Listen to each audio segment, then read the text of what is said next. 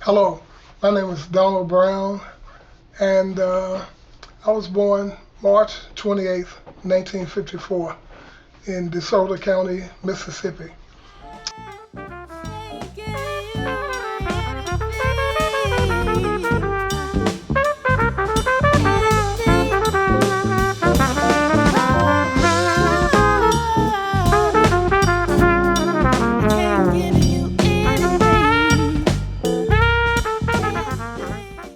And I actually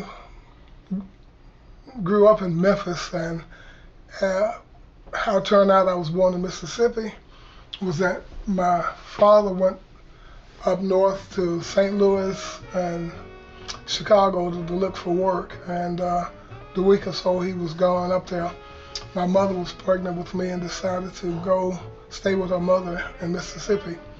And I happened to be born during that time. But my mother always said, "Don't worry, tell them you were born in Memphis."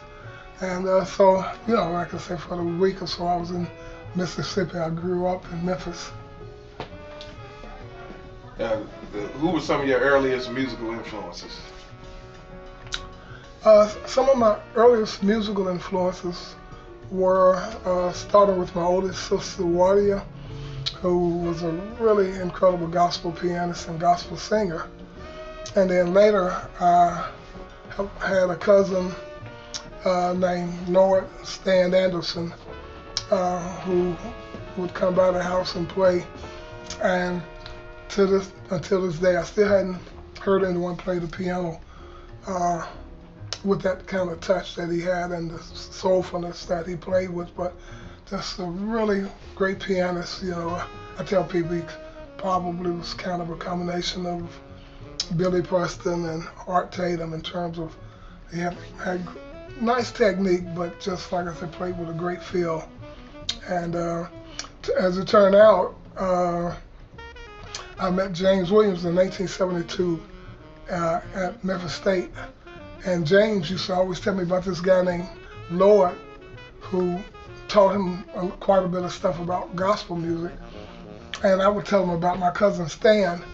And I think James and I knew each other probably about 15 years or so or longer. And before we realized we were talking about the same person, as I mentioned, we called my cousin Stan, and he knew him as Lord. And but yeah, James said he had a big impact on him in terms of playing gospel music and showing him some things. And so, and then there were another generation of pianists that came up in Memphis that were influenced by him as well.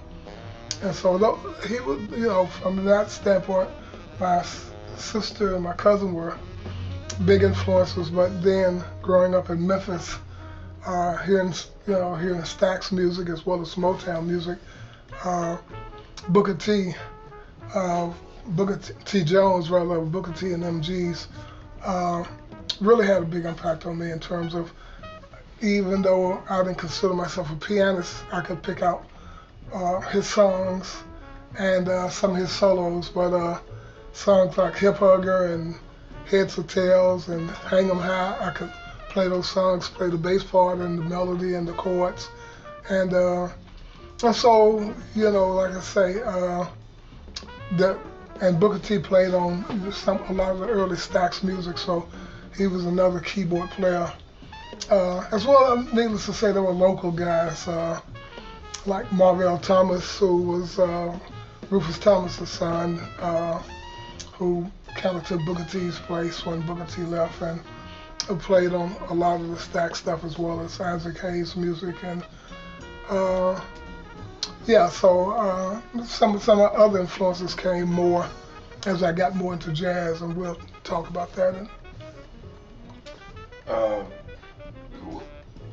what styles of music did you start off playing? I guess stylistically, probably the first style of music I learned to play was rhythm and blues. As I mentioned before, you heard that music everywhere you went. Even though I heard gospel music all through the house and in the church, I gravitated towards rhythm and blues music. And so, again, the pianist that played on the Motown music. Uh, and I played rhythm and blues music. Yeah, up till today, I still do. Uh, and I think around the time I got into junior high school, I started playing trumpet and baritone horn and tuba. And during that time, my band director named Lawrence Rice, he could play every instrument in the band so well that I thought that was kind of normal for any musicians. And so I played all the brass instruments, and then I played some woodwind, and then I played drums, which actually I played drums before I played the brass instruments. But moving to brass instruments, that got me more into classical music. And so, I would practice out of the Auburn book for technique, and that, like I said, that exposed me more to classical music. And when I got to high school in the 9th grade, my band director James Harris, he would play music that I thought was jazz. Well, I may have mentioned, I'm not sure if I mentioned before, but my father had a record by King Curtis called Soul Serenade, and I kind of thought of that as jazz because of King Curtis improvising, and even though I was playing trumpet and stuff, I learned his solo at the piano that he played on Soul Serenade and My Last Date and some of the other songs on that record. And when I got to the 11th grade, I got a new band director by the name of James Keys. And meeting him just kind of really was a game changer for me in terms of